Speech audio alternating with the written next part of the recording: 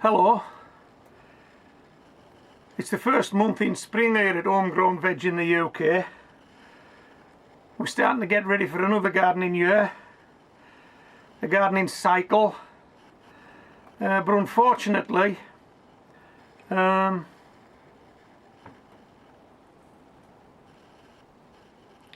in self-isolation. We can't go out. We've got to try and avoid that coronavirus, social distancing. Well, I've been out this morning, I've had a walk, I've been out for an hour, didn't stop to talk to anybody, didn't get closer than 2 meters to anybody. I've had my exercise, that's my social distancing. I'll try and do that most days. And as for self-isolation, well, we stay indoors, we work in the garden, we work in the greenhouse, we keep ourselves to ourselves, we don't pass anything on to anybody and they don't pass anything on to us. Isn't that how it works? Families looking after families. Okay, well, that's a bit of a morbid start, isn't it? That's a bit of a downer, but hey, I want you to stick with this video, particularly to the end, because what I'm going to do is I'm going to move this on into some previous year potato reveals from these 10-inch water buckets. Now when we actually get cracking this year, if we were to plant a potato in here, it will be 4 months until harvest. We haven't got any potatoes planted just yet, so it's more than 4 months to harvest. But what could you reasonably expect? One potato in a 10-inch bucket. You might be surprised. If you've not seen my videos before, you will be surprised. So stay to the end, watch those reveals, and hopefully it'll give you some encouragement to actually do some gardening right now. Do some gardening right now. And in 4 months' time, reap the benefits, reap the rewards. Okay, this bucket has been on a stack of buckets and overwintered.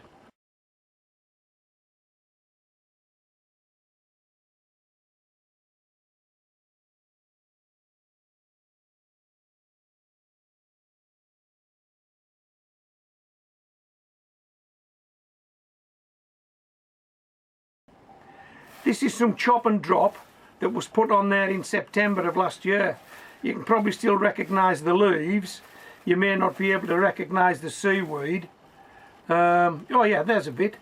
I think that's seaweed. Yeah, there's a little bit of seaweed left there. But as you can see, most of it has disappeared. It's gone into that soil. So that soil has been getting better month by month by month. It's ready to go now, but it's still too cold. So we're not going to be planting any potatoes just yet. But what I want to show you is I want to show you these fast start potatoes and explain a little bit about them. I'll just move this out the way.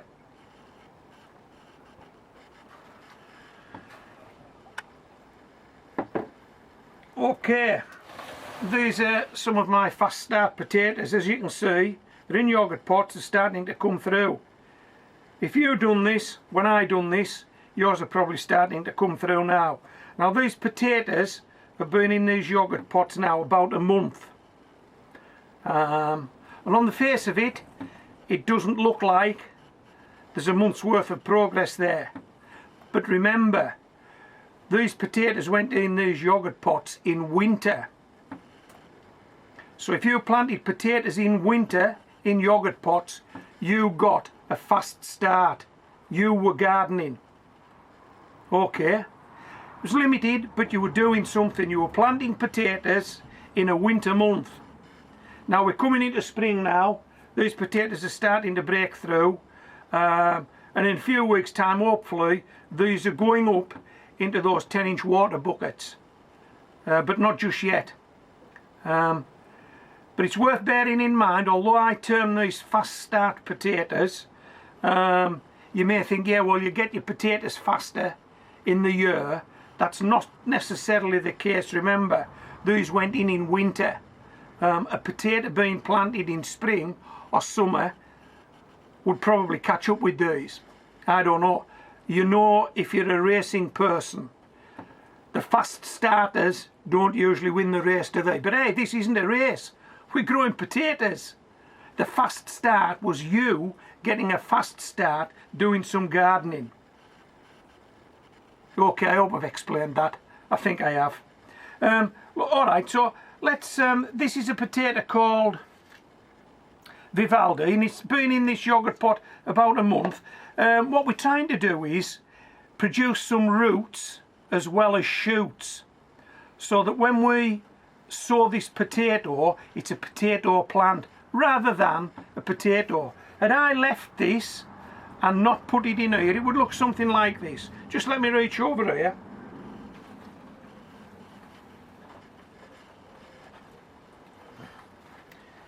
It would look something like that.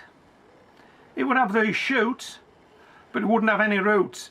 And you'd have to see on the face of things, this potato looks as though it's going a bit faster than that potato. But that's not to say this one won't catch up in the end. Okay, let me just put this back again. Right, now I've said this has got roots. Let's see if it hasn't. Let's see if I can get it out of here without destroying the soil ball.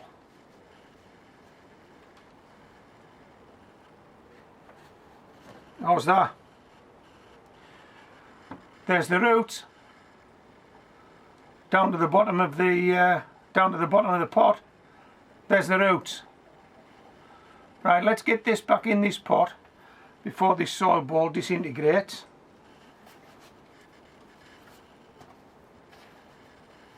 And we can put these to one side.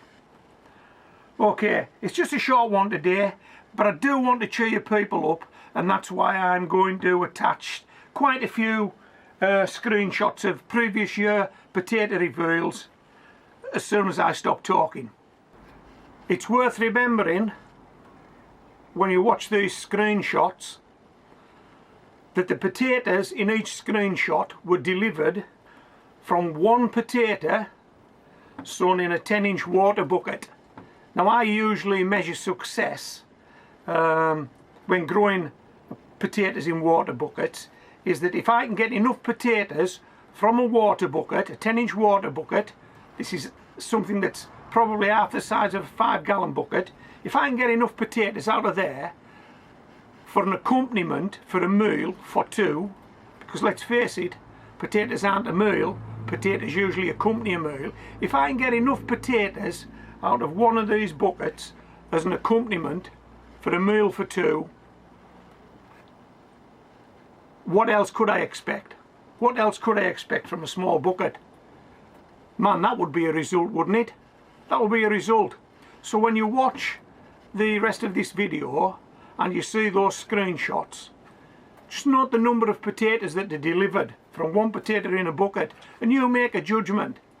Are there enough potatoes in that screenshot to accompany a meal for two? Let me know what you think. Okay, and one you might want to look out for, one reveal I did, I think it was 2 years ago, I kicked off an experiment, and it was an experiment to see which was the best growing medium for potatoes, and I actually just used what I had. So I filled a 10-inch bucket with soil, dirt.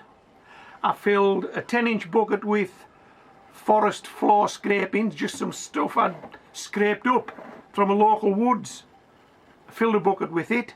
I bought some store-bought compost, which I think was 50% peat based, and I also had some recycled green waste.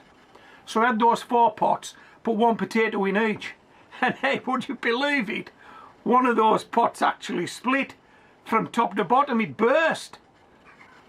There's only one thing can have caused that. That was the potatoes expanding inside that bucket. Okay, so I'm going to tell you the title of that now, and so that when you finish watching this video you may want to watch that video, and it's called, let me move this out the way and then I can possibly pop it on here as well. It's called HGV potatoes burst bucket start to finish. Now originally it was about growing potatoes in 4 different mediums, but when that bucket burst, I changed the title. So it's HGV Potatoes Burst Bucket Start to Finish. Okay, and if you want to know what that potato was growing in, you will need to watch that video. Okay, so enjoy the rest of this video. Keep your chin up, we'll all get through this. Just a bit of common sense, keep your distance, self-isolate, don't go where there's any crowds. See you on the other side of this. This is Homegrown Veg, signing out.